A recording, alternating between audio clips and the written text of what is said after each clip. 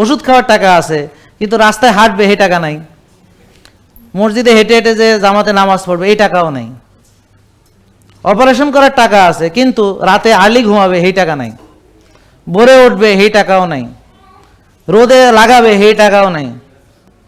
বুঝছেন, অনেকে আছে আমাদের ভিতরে এরকম, জানেন নাকি? বুঝে নাই, আবার অনেকে বুঝেই নাই, কারণ ওই ব্রেনটা নাই তো, ইনফ্লামেশন হয়ে গেছে, সয়াবিনের ব্রেন তো কাজ করে না। বুঝছেন কি বলছি?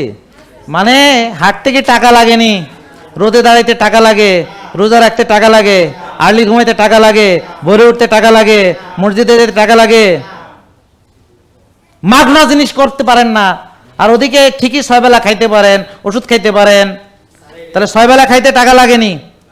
হ্যাঁ, সয়াবিন তেল 10 লিটার টাকা লাগে, ওষুধ খাইতে টাকা লাগে, ডাক্তার দেখাইতে টাকা লাগে, পরীক্ষা টাকা লাগে, কাটা ছেড়ায় টাকা লাগে, রিং পরাইতে টাকা লাগে, অপারেশনে লাগে, আইসিতে লাগে, ইন্ডিয়া যে ডাক্তার দেখালে লাগে, থাইল্যান্ড যে দেখালে লাগে, দামি ইনসুলিন ভরলে লাগে।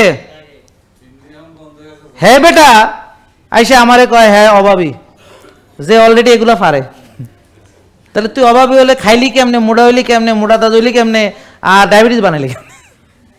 অভাবী হলে তো 12-14 ঘন্টা কাম করে, একবেলা 2 বেলা খাবার জোটে না, হ্যাঁ ডায়াবেটিস হবো কেমনে? হ্যাঁ তো অপুষ্টিজনিত রোগ হবো। এই ভিডিওটা আমি দিব আপনাদেরকে, একটা লোক পাহাড়ে একটা ঠ্যাং আছে আর একটা নাই, ওই দেখছো যে ওইটার সাথে আবার দেখা হয়েছে, আমি ওকে 10,000 টাকা দিয়ে আসছি একটু ভালো মন্দ খাওয়ার জন্য, কারণ সেবার তো গেছি, প্রিপারেশন ছিল না, আর বিকাশ নাম্বারও নিয়ে আসছি, চাইলে তোমরাও 2-4 টাকা দিতে পারো, অসুবিধা নেই, আবার বেশি দিও না, পরে খাইয়ে টাইয়া দেখা যাবে হ্যাঁ আবার রুগী হয়েছে।